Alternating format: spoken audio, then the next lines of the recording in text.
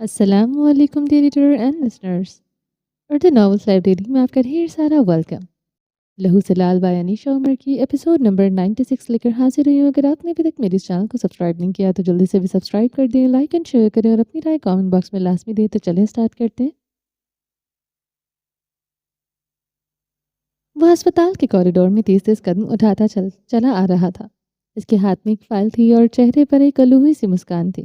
وہ ہسپتال کے کمرے کے دروازے تک ہی پہنچا تھا کہ اندر سے قیام قریشی نکلے۔ انہوں نے سوالیہ نظروں سے ابراہیم کو دیکھا۔ ابراہیم ایک پل کے لیے ٹہرا، اپنے ہاتھ میں فائل دیکھی اور پھر ان کی جانب دیکھا۔ ڈسچارج مل گیا، اس نے کہا۔ ابراہیم کے ہر حرف سے، اس کے انداز سے بھی خوشی پھوٹ رہی تھی۔ قیام قریشی کچھ پلوں کے لیے اس کا چہرہ دیکھ کر رہ گئے۔ تو کیا وہ ان کی بیٹی سے اتنی محبت کرتا تھا؟ اگر وہ صفا کی اور ابراہیم کے طلاق کروانے میں کامیاب ہو جائے تو؟ وہ ارمان کی کرتوت جاننے کے بعد تو ان کی روح تک کانپ گئی تھی۔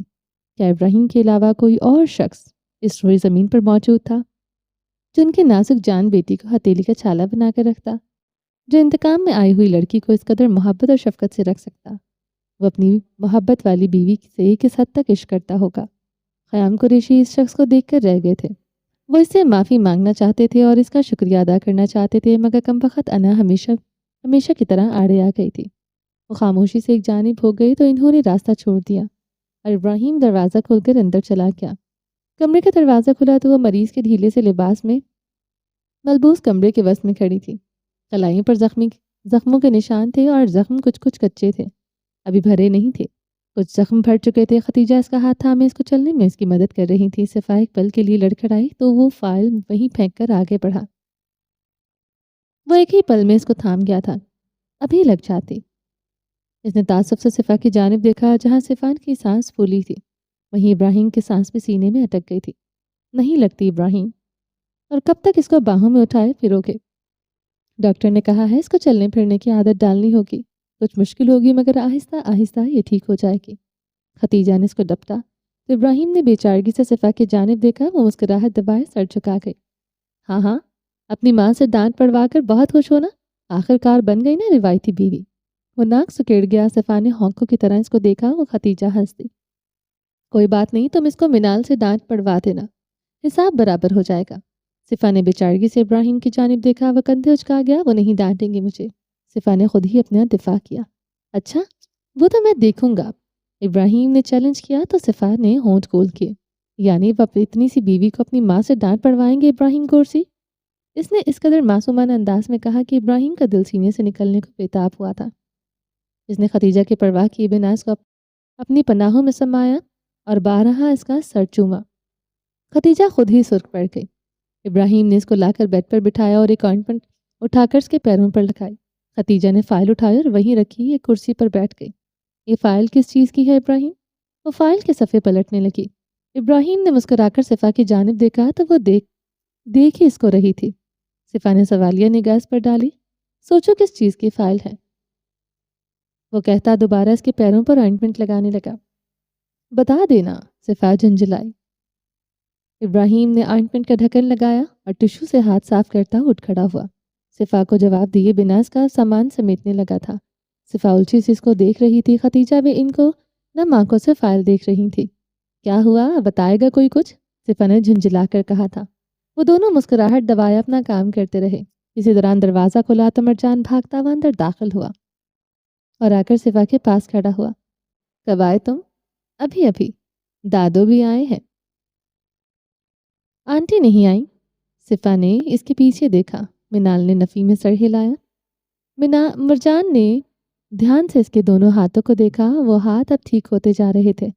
کچھ نشان باقی تھے مگر اب زخم بھر چکے تھے۔ کیا میں آپ کے ہاتھ پکڑ لوں؟ وہ ہمیشہ اس کے ہاتھ تھامنے سے پہلے اجازت لیا کرتا تھا۔ صفا نے مسکرا کر خود ہی مرجان کے دونوں ہاتھوں کو تھام کر لبوں سے لگایا۔ وہ مسکرا دیا۔ بابا، ہو گئی پیکنگ؟ اس نے ابراہیم کو دیکھا جو کہ ایک بیگ میں صفا کے کچھ دوائیں رکھ رہا تھا۔ ہاں بس ہو گئی۔ صفا نے ایک پھر سے ابراہیم کو دیکھا۔ بتا دینا، کیا کسی اور ہاسپٹل میں شفٹ کرنا ہے؟ صفا نے بے بسی سے پوچھا۔ لہجے میں اداسی سے کھل گئی تھی۔ جب سے وہ کچھ بہتر ہو گئی تھی، کبھی اس کو کسی منزل پر لے جایا جاتا تھا چیک اپ کے لیے، کبھی کسی منزل پر، اور وہ ان چیزوں سے اب اکتا گئی تھی۔ ابراہیم نے سامان چھوڑا اور آ کر اس کے سامنے کھڑا ہوا۔ کبھی مثبت بھی سوچ لیا کرو۔ اس نے صفا کے چہرے پر بکھرے بال ہٹائے۔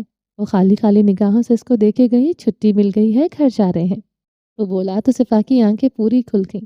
اس نے غیر یقینی سے ختیجہ اور مرجان کو دیکھا۔ یس، اور میں آپ کو لینے آیا ہوں، مرجان نے بھی خوش ہو کر کہا تو صفا نے بھیگی پلکیں لیے ابراہیم کی جانب دیکھا۔ اس نے اس بات میں سر ہلایا، اس کے لب باہم پیوست تھے۔ وہ لمحہ عجیب سا تھا، خوشی اور دل میں خوف تھا کہ گھر جا رہے ہیں، اگر طبیعت بگڑی تو جلد از جلد ہسپتال پہنچنا ہوگا، مگر خوف صرف ابراہیم کے ہی دل میں تھا، باقی تو خوش تھے۔ چلیں جلدی چلیں۔ وہ اٹھنے لگی تو ابراہیم نے ایک ہاتھ سے اس کے گرد حمائل کر کے اس کو اٹھنے میں مدد کی۔ چلتے ہیں، مگر ایک بار چیک اپ کروا لیں۔ پھر سے؟ اس نے گردن ایک جانب گرائی۔ ہاں، اور تب تک مجھے ذرا وہاں تک چل کر دکھاؤ۔ ابراہیم نے اس کو سہارا دیا، وہ اس کے سہارے چھوٹے چھوٹے قدم لینے لگے۔ رات کے 11 بج رہے تھے جب گاڑیاں گورسی ہاؤس کے سامنے آ کر رکی تھیں۔ مرجان جلدی سے گاڑی سے اترا اور آ کر پچھلی سیٹ کا دروازہ کھولا جہاں صفا ختیجہ کے سہارے بیٹھی تھی۔ اس نے ہاتھ آگے بڑھایا جس کو صفا نے تھام لیا۔ ابراہیم بھی آ کر مرجان کے ساتھ کھڑا ہوا۔ وہ باہر نکلی تو مرجان کا ننھا سا ہاتھ اس کو سنبھال نہ سکا۔ اسے پہلے کہ وہ لڑکھڑاتی، ابراہیم نے آگے بڑھ کر اس کو اٹھا لیا۔ مرجان نے پلٹ کر اپنے باپ کو گھورا۔ اس نے اس کی اس سروس کا موقع پھر سے چھین لیا تھا۔ ابراہیم، صفا کا چہرہ نیم تاریکی میں بھی سرخیاں چھلکاتا نظر آ رہا تھا۔ شش! اس نے صفا کو خاموش کروایا اور آگے بڑھ گیا۔ ختیجہ بیگ اٹھائے پیچھے پیچھے چل دی۔ وہ لوگ لاؤنج میں داخل ہوئے تو منال وہیں دروازے میں ہی کھڑی تھی۔ انہوں نے ایک بکرے کو پکڑا ہوا تھا۔ ماما، اب عید الاضحیٰ میں وقت ہے۔ ابراہیم نے گردن ایک جانب گرائی۔ انہوں نے اس کو گھورا۔ صفا، اس کے سر پر ہاتھ پھیر دو، صدقہ ہے تمہارا، انہوں نے شفقت سے کہا تو ابراہیم نے مسکرا کر صفا کو دیکھا اور پھر اس کو لیے تھوڑا سا جھکا۔ صفا نے ہاتھ بکھیر کر سر پر پھیرا۔ اس سے پہلے کہ منال مزید کچھ کہتی وہ اس کو لیے سیڑھیاں چڑھ گیا۔ منال کا منہ کھلا کا کھلا رہ گیا۔ اٹس اوکے منال، باقی چیزوں کا ہاتھ میں لگا دیتا ہوں۔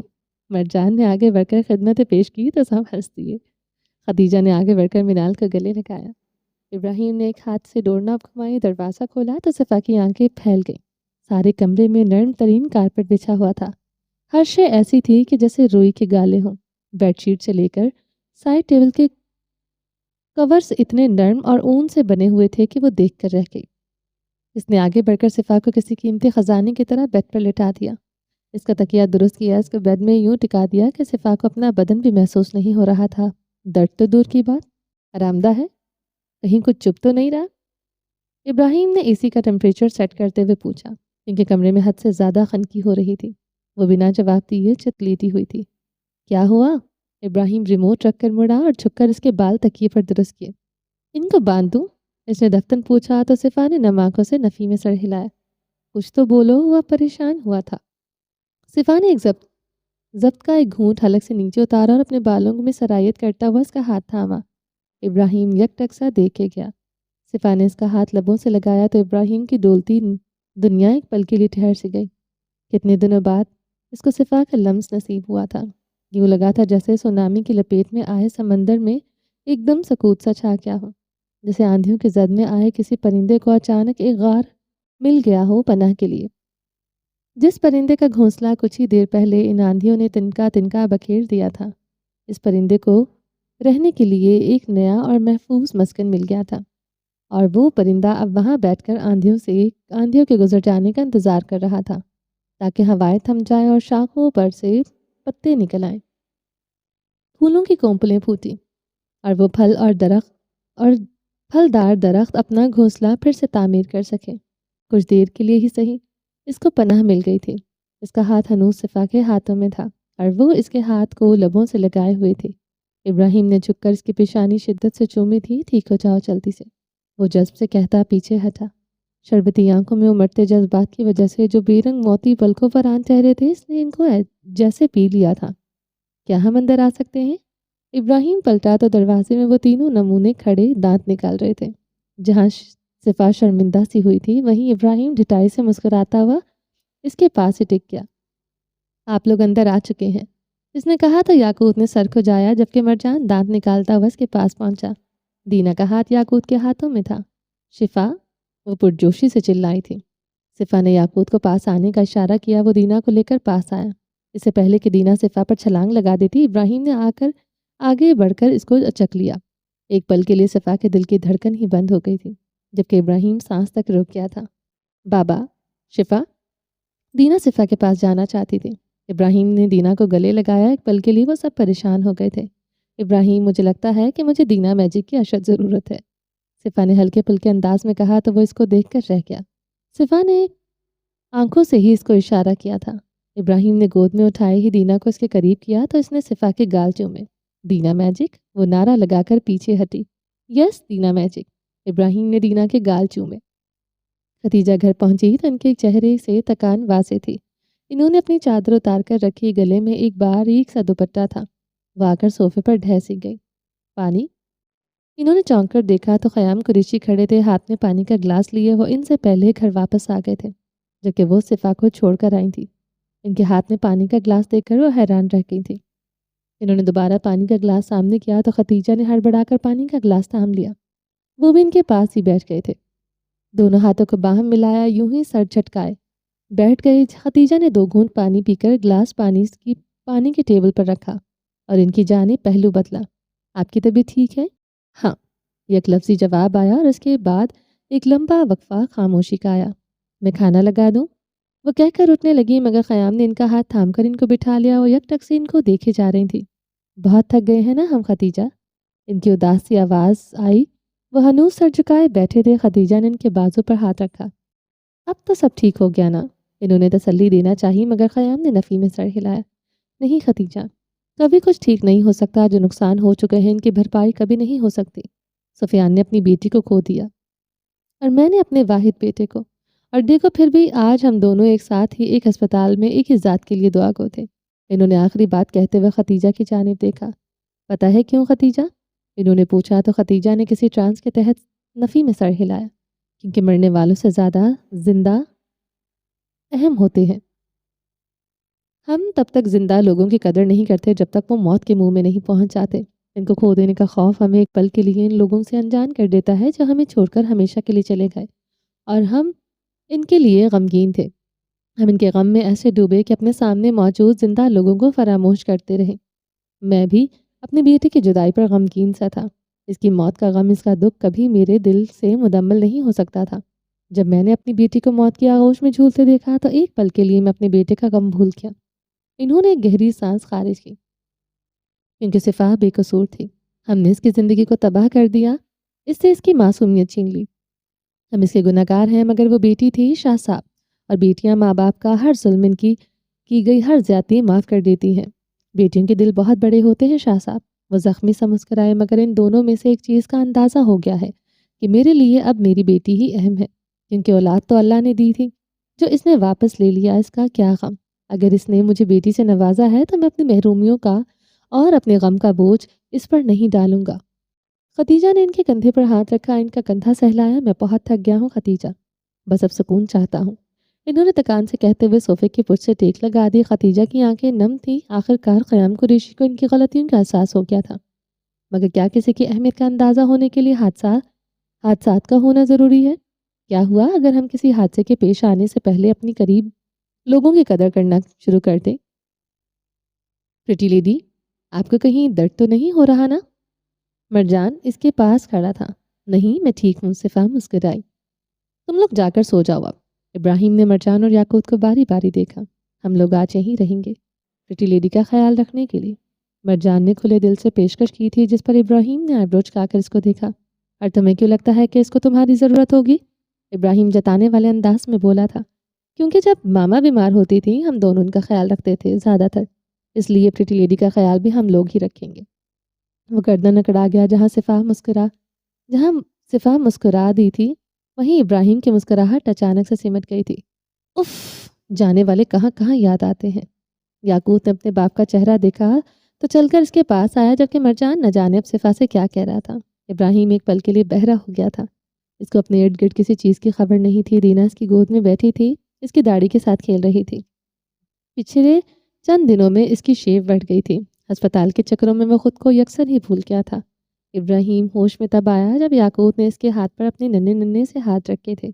ابراہیم نے چونک کر دیکھا، اس کا بیٹا آنکھوں کے پیالے میں تسلی کا جام لیے کھڑا تھا۔ اس نے بھلے زبان سے کچھ نہ کہا تھا، مگر اس کی آنکھوں میں بہت کچھ تھا، اور وہ ابراہیم سمجھ گیا تھا۔ آنکھوں کی زبان کو آنکھیں ہی سمجھتی ہیں اور دھڑکنیں دل کی تختی پر تحریر کرتی ہیں۔ ابراہیم کے دل کی تختی پر بھی وہ الفاظ نقش ہو گئے تھے جو ابھی تک یاقوت کی آنکھوں میں ہی تھے۔ آئی ایم فائن، اس نے بے حد آہستہ آواز میں کہتے یاقوت کا ہاتھ چوما۔ وہ مسکرا دیا۔ مرجان چلیں، مجھے نیند آ رہی ہے اور ہمیں کل اسکول بھی جانا ہے، اس نے کہا تو مرجان نے ایک پل کے لیے صفا کو دیکھا۔ اس نے مسکرا کر اجازت چاہی۔ مرجان ایک قدم آگے بڑھا۔ اس نے بڑی احتیاط سے صفا کا گال چوما، پھر اس نے اپنا دایاں ہاتھ اس کے گال پر پھیرا۔ صفا یک ٹک سے اس کو دیکھے گئی۔ مرجان گورسی اب پریٹی لیڈی پر پورا یقین کرتا ہے۔ اب مرجان گورسی پریٹی لیڈی کو سب کچھ بتا دے گا۔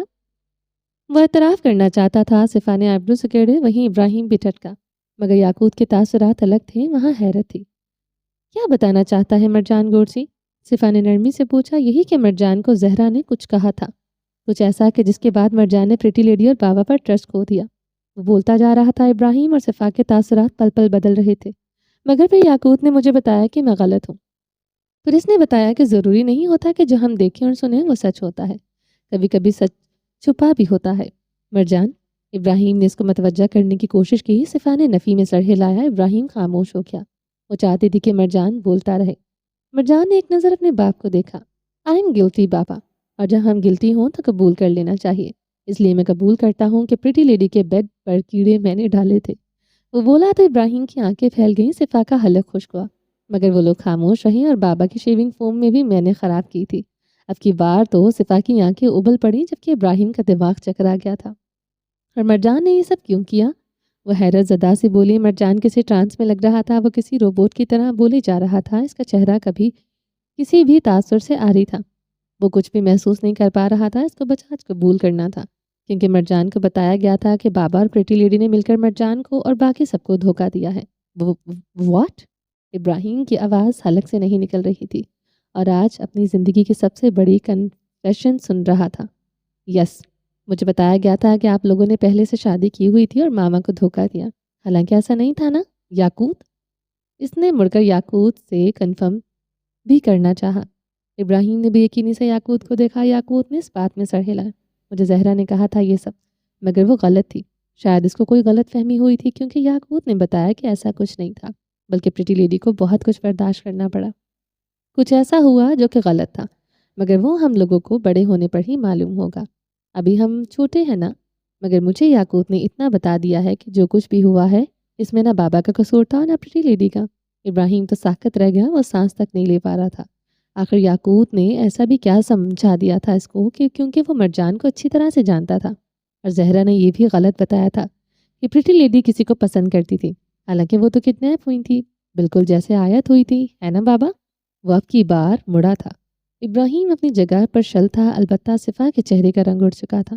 مرجان، ہم باتیں بعد میں کریں گے، اس نے مرجان کو ٹالنا چاہا۔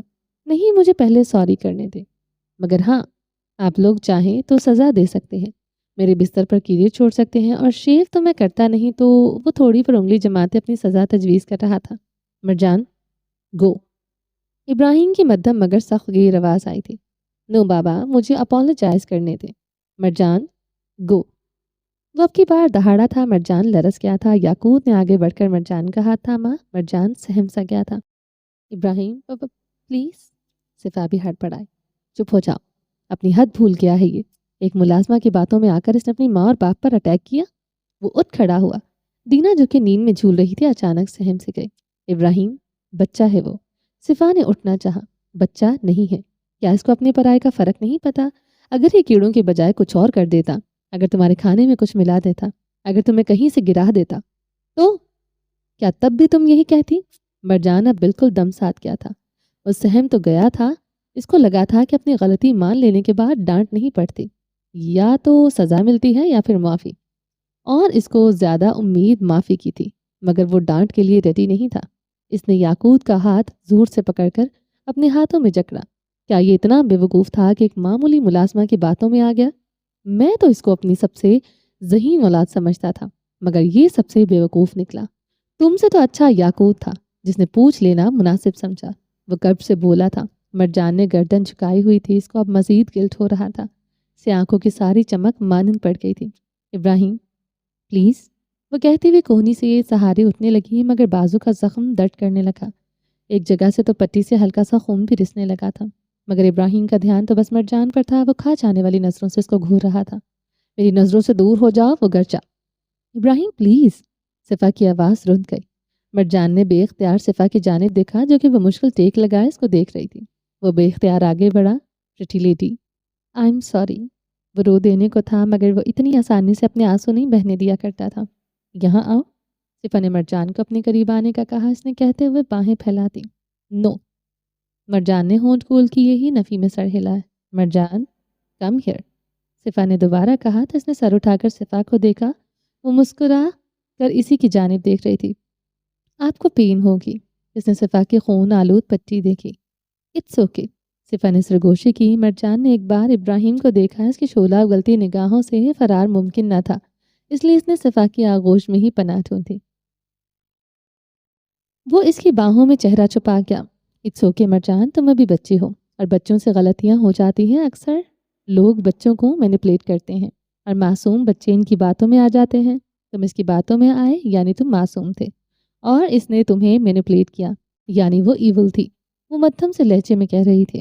مرجان دم سادے اس کی باتیں سن رہا تھا۔ ابراہیم نے دینا کو وہیں ایک کنارے پر بٹھا دیا اور چلتا ہوا مرجان کے پاس آیا۔ اس نے پوری قوت سے مرجان کا بازو پکڑ کر اس کو کھینچا۔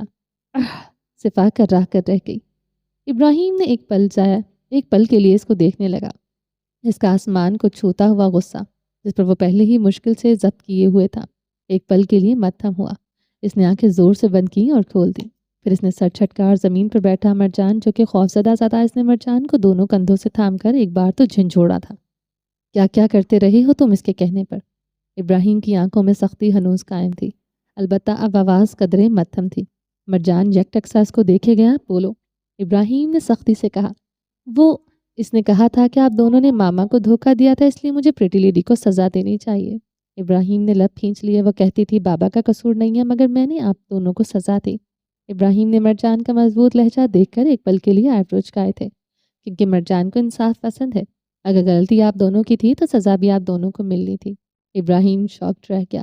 ایک پل کے لیے اس کو مرجان کی عمر پر شک ہوا تھا کہ وہ خود سے بڑی باتیں کر رہا تھا۔ پھر مجھے آپ دونوں کو سزا دے کر بھی اچھا نہیں لگ رہا تھا، تو میں نے آپ سے پوچھا تھا کہ اگر سزا دے کر بھی سکون نہ ملے تو آپ نے کہا تھا کہ اپنا ہاتھ پیچھے کھینچ لو۔ بس پھر میں نے آپ دونوں کو مزید سزا دینا بند کر دیا۔ آخری بات کہتے کہتے وہ سر چکا گیا۔ ابراہیم کچھ لمحوں کے لیے اس کا جھکا ہوا سر دیکھتا رہا۔ صفا کی آنکھوں سے آنسو جاری تھے۔ وہ ننھا سا مجرم اپنے باپ کی عدالت میں کھڑا تھا۔ یعقوب دینا کے پاس جا کر کھڑا ہو گیا تھا مگر نظریں اس کی بھی مرجان اور ابراہیم پر ٹکی ہوئی تھیں۔ اب کیا فیصلہ ہونا تھا؟ کیا ابراہیم مرجان کو معاف کر دیتا یا پھر اس کو کوئی سزا دیتا؟ سب اس کے فیصلے کے منتظر تھے۔ اینا؟ ہاں؟ مجھے ٹیبل پر کھانا لگا رہی تھی، چونک کر دیکھنے لگی۔ سلوہ صوفے پر آلتی پالتی مارے بیٹھی تھی۔ حسن کب تک واپس آئے گا؟ اس نے سنجیدگی سے پوچھا۔ آ جائے گا کیوں؟ اینا کھانا رکھ کر اٹھ کھڑی ہوئی۔ وہ اکثر تم سے معافی مانگ رہا ہوتا ہے، سلوہ کھوئی کھوئی سی بولی تو اینا نے تھوک نکلا۔ یوسف کہاں ہے؟ اینا نے ہڑبڑا کر ادھر ادھر دیکھا۔ سلوہ نے گردن ایک جانب گرائی۔ کیا تمہیں یہ بھی یاد نہیں کہ یوسف کہاں ہے؟ تم کہاں کھوئی رہتی ہو اینا؟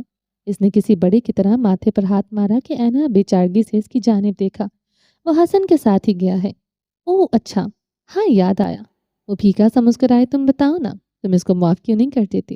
سلوہ نے اپنی بات جاری رکھی۔ میری اس سے کوئی لڑائی نہیں ہے مگر میں اکثر دیکھتی ہوں وہ جب بھی تمہارے پاس کھڑا ہوتا ہے معافی کی بات کر رہا ہوتا ہے۔ کیا تم اس کو معاف نہیں کر سکتی؟ اینا سلوہ کے چہرے کو دیکھے گئی۔ میں اس کو معاف کر چکی ہوں، بلکہ وہ میرا مجرم نہیں ہے، وہ بس میرا محرم ہے۔ وہ اداسی سے مسکرائے۔ تو پھر؟ سلوہ حیران سی بولی۔ پھر یہ کہ وہ اللہ کی معافی چاہتا ہے۔ اینا تکان سے بولی۔ تو اللہ تو معاف کر دیتا ہے نا؟ سلوہ نے تھوڑی کے نیچے ہاتھ ٹکایا۔ اس کے بندے نہیں۔ اینا بھی اس کے پاس ہی بیٹھ گئی۔ بندے کیوں نہیں کرتے؟ سلوہ تھوڑی کے نیچے دونوں ہاتھوں کی مٹھی سی بنائے بیٹھی تھی۔ جو زندہ ہوتے ہیں ان سے امید ہوتی ہے کہ جو مر جائیں ان کی معافی حاصل کرنا مجھے نہیں لگتا ہے ممکن ہے۔ اینا نے کندھے اچکا دیے۔ یعنی حسن کو جن سے معافی چاہیے وہ لوگ مر چکے ہیں؟ سلوہ نے اداسی سے پوچھا۔ اینا نے اس بات میں سر ہلایا۔ اب وہ دونوں خاموش ہو گئی تھی۔ لاؤنج میں ٹھنڈی تھی، اے سی چل رہا تھا۔ دیوار پر لگے وال کلاک کی ٹک ٹک کی آواز آ رہی تھی۔ وہ لوگ ایک سٹور پر کھڑے تھے یوسف اس کا ہاتھ پکڑے کھڑا تھا۔ حسن سامان پیک کروا رہا تھا جو اس نے ابھی بھی خریدا تھا۔ پیمنٹ کی تو دکاندار نے ایک پل کے لیے اس کو دیکھا کیونکہ اس نے کسی چیز کی قیمت پر کوئی بحث نہیں کی تھی۔ آپ سیاح ہیں؟ اسٹور کیپر نے اچنبے سے پوچھا تو حسن نے جو کہ سامان اٹھا رہا تھا متوجہ ہوا۔ کہہ سکتے ہیں اگر آپ یہاں 20 سال قبل آتے تو یقیناً غزہ اپنی خوبصورتی کے ساتھ آپ کو خوش آمدید کہتا، مگر پچھلے 10 سالوں سے تو کچھ زیادہ ہی تباہی ہوئی ہے۔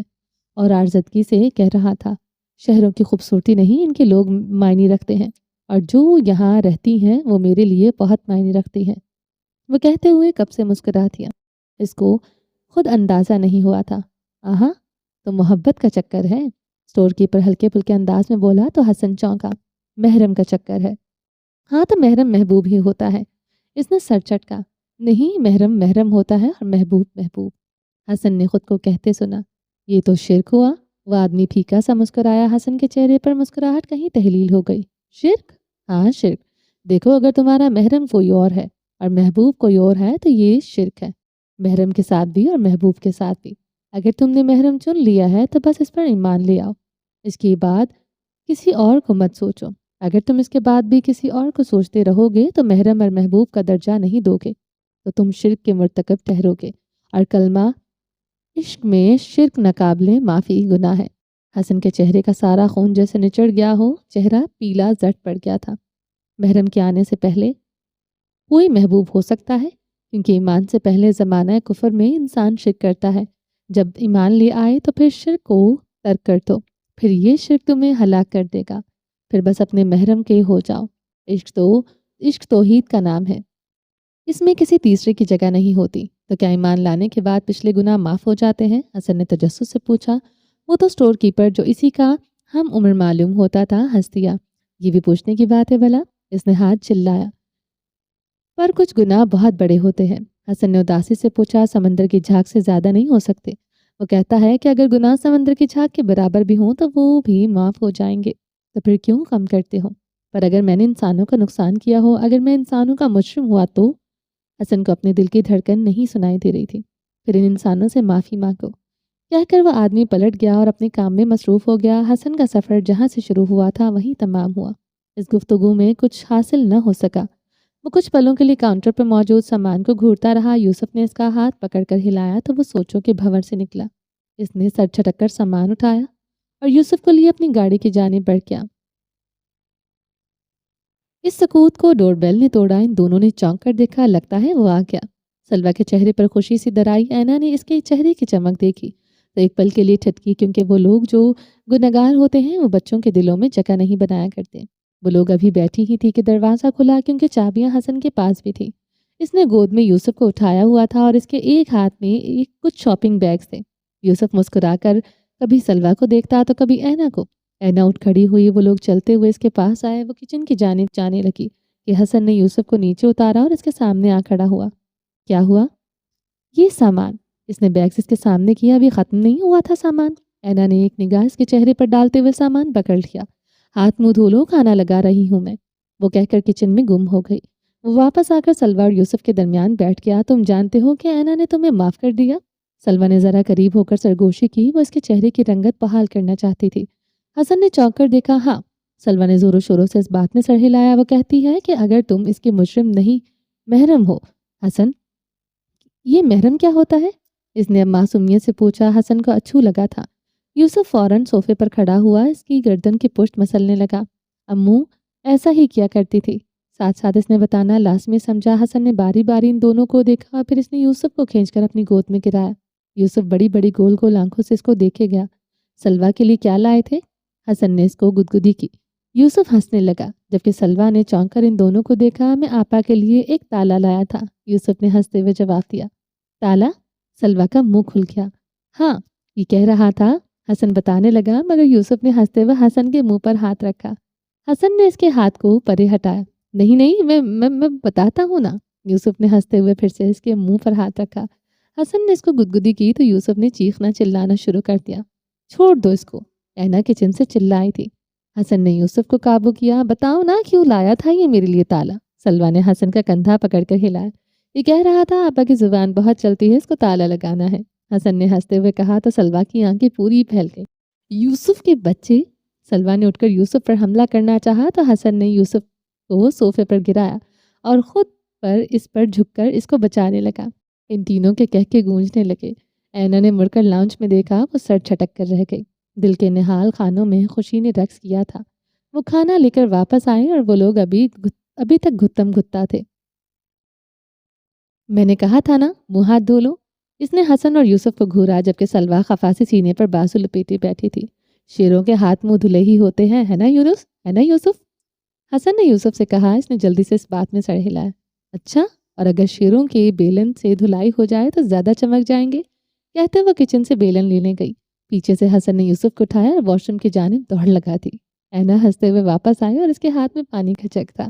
تم تو بیلن لینے گئی تھی۔ سلوا نے اس کے ہاتھ خالی دیکھے تو اس کو مایوسی ہوئی تھی۔ ضرورت نہیں، وہ ویسے ہی ڈر گئے ہیں، کہتے ہوئے اینا اس کے ساتھ ہی ٹک گئی تھی۔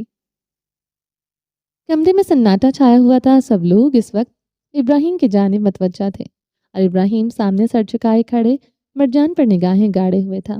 اگر کل کو کوئی اور آئے گا اور وہ تمہیں تمہارے باپ یا تمہارے بھائی کے خلاف ورغلائے گا تو تم پھر سے اس کی باتوں میں آ جاؤ گے اور اپنے خاندان کو سزا دینا شروع کر دو گے۔ مرجان نے بے ساختہ سر اٹھا کر اپنے باپ کو دیکھا۔ کیا غیروں کی باتیں اتنی اہم ہیں کہ ان کی باتوں میں آ کر اپنوں کو، ان کی محبتوں کو اور ان کی قربانیوں کو فراموش کر دوں؟ مرجان نے ہونٹ لٹکا ہی نفی میں سر ہلایا۔ بتاؤ، ابراہیم نے مرجان کو جھنجھوڑا۔ کیا دوبارہ کرو گے یہ سب؟ مرجان کے پاس جواب نہیں تھا۔ وہ کچھ دیر تک اپنے باپ کا مایوس سا چہرہ دیکھے گیا۔ بولو مرجان۔ اس نے پھر سے اس کا کندھا ہلایا۔ نو۔ مرجان ایک الفاظ ادا کر کے پھٹ پھٹ کر رو دیا تھا۔ صفات جو کہ کب سے آنسو روکنے کی ناکام کوشش کر رہی تھی وہ بھی رو تھی۔ واردینا نے بھی ہونٹ نکال لیے تھے۔ یاقوت الگ اداس ہو گیا تھا۔ عجیب ماحول سا بن گیا تھا۔ ابراہیم نے سر چھٹکا اور اس کو اپنے سینے سے لگایا۔ مرجان اس کے کندھے پر تھوڑی رکھے رو رہا تھا۔ میرے شہزادے، اپنا گھر کسی گھونسلے کی مانند ہوتا ہے جو ہمیشہ آندھیوں کی زد میں رہتا ہے۔ تم بجائے اس کو بیرونی خطرات سے بچانے کے خود ہی اس کو اندر سے کمزور کرنے لگ گئے۔ سوری بابا، وہ سسکا تھا۔ ماں باپ کا نعم البدل نہیں ہوتا۔ اس دنیا میں وہ لوگ کتنا ہی غلط کیوں نہ کر جائیں، وہ تم سے بغض نہیں رکھ سکتے۔ بس یہ بات ذہن میں رکھنا، وہ لوگ تم سے باتیں تو چھپا سکتے ہیں مگر تمہیں دھوکہ نہیں دے سکتے۔ سوری بابا، وہ پھر سے بولا۔ کسی باہر والے کے کہنے پر اپنے گھر کی چار دیواری کو کبھی کمزور نہ کرنا۔ باہر والوں کے کہنے پر اپنے گھر کی بنیادیں کھوکھلی مت کرنا، ورنہ جب یہ گھر گرے گا تو اس کا ملبہ تمہارے اوپر بھی گرے گا، اس سے تم بھی غرق ہو جاؤ گے۔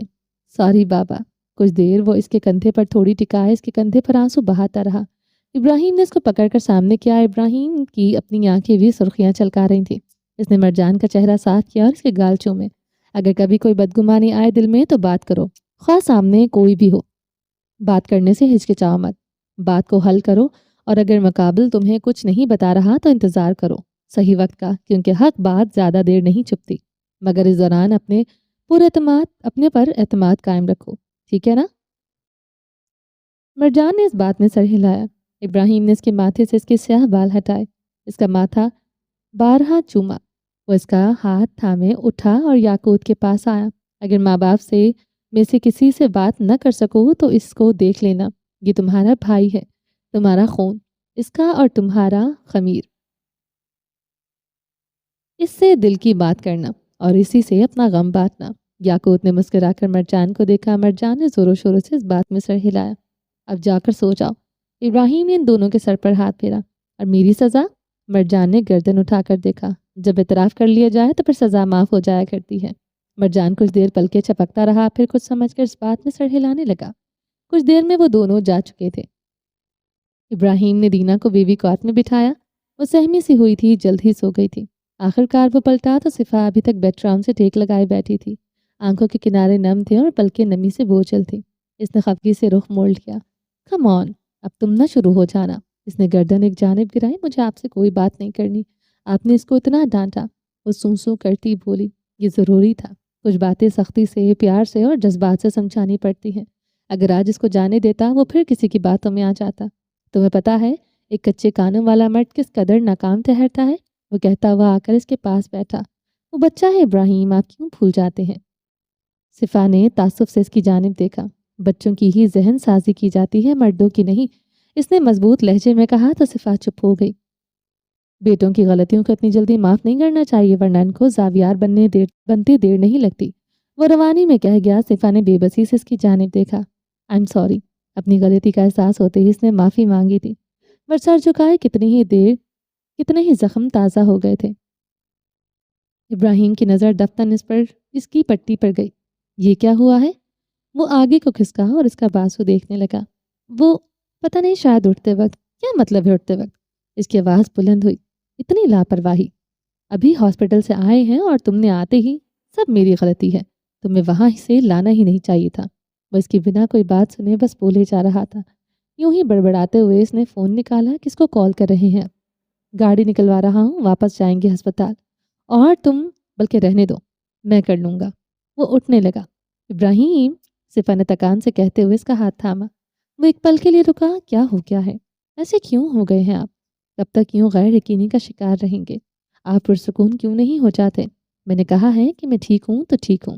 اس کے لہجے میں تکان سے تھی۔ ابراہیم، کیسا آپ ڈھیلے پڑ گئے؟ اتنا اوور ری ایکٹ کرنا چھوڑ دیں۔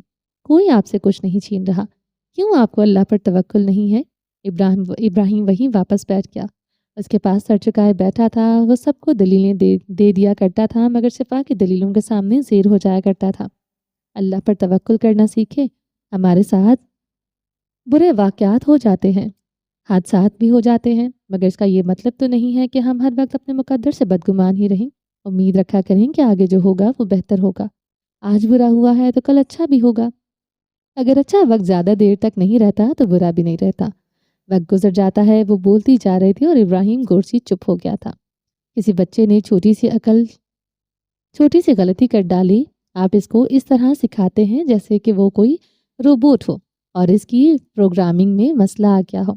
آپ فوراً اس کی پروگرامنگ کرنا شروع کر دیتے ہیں۔ آپ بچوں کے دماغوں میں ہر چیز نہیں فٹ کر سکتے۔ وہ خود دیکھتے ہیں، سیکھتے ہیں۔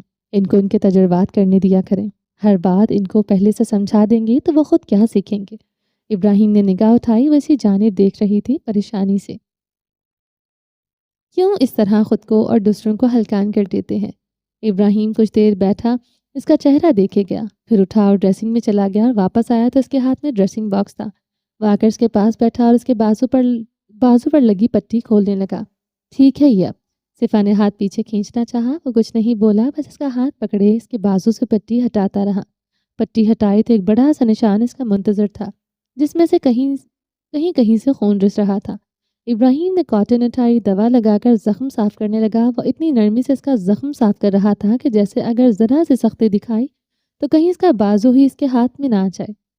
وہ خوف زدہ تھا۔ اس کو اللہ پر توکل تھا، مگر اندر کے خوف اور ڈر نے اس توکل کو کہیں چھپا رکھا تھا۔ اس کا دل جب سے ناگہانیوں کی زد میں آیا تھا، وہ خوف زدہ ہو گیا تھا۔ اس کو لگتا تھا کہ اب اگر مزید کسی کو کھویا تو شاید وہ بھی مر جائے گا، یا پھر ایک ایسی زندگی جیے گا جو موت سے بدتر ہو۔ اس نے پٹی کا سامان رکھا اور آ کر دوسری جانب بیٹھ گیا۔ صفا کا سر اپنے کندھے سے لگایا۔ آئی ایم سوری، میری وجہ سے تم لوگوں کو جانے کیا کیا سہنا پڑتا ہے۔ میں پرفیکٹ نہیں ہوں، اس نے کہنا شروع کیا۔ صفا نے اس کے سینے پر ہاتھ رکھا۔ ابراہیم کا دل اس کے ہاتھ کے نیچے دھڑک رہا تھا۔ مجھے لگتا ہے کہ میں چٹانوں کی طرح سخت اور مضبوط ہوں، مگر ایسا نہیں ہے۔ جب بات میرے اپنوں پر آتی ہے، میں ریت کی دیوار ثابت ہوتا ہوں، کیونکہ میں اپنوں سے لڑ نہیں سکتا۔ نہیں، آپ ریت کی دیوار نہیں ہیں، آپ ہمارے لیے چٹان ہی ہیں، آپ ہمارے محافظ ہیں۔ اور اپنوں سے کیوں لڑنا؟ اپنوں کے لیے لڑا جاتا ہے نا۔ وہ نرمی سے بولی، اپنوں کے لیے لڑا جاتا ہے، کہہ کر اس نے گردن موڑ کر صفا کی پیشانی چومی۔ بس تم لوگ سلامت رہو۔ وہ جذب سے کہتا اس کو قریب کر گیا تھا۔ کہیں درد یا جلن تو نہیں؟ اس نے دفتن پوچھا۔ صفا نے نفی میں سر ہلایا۔ وہ اس کے بالوں میں انگلیاں چلاتا رہا۔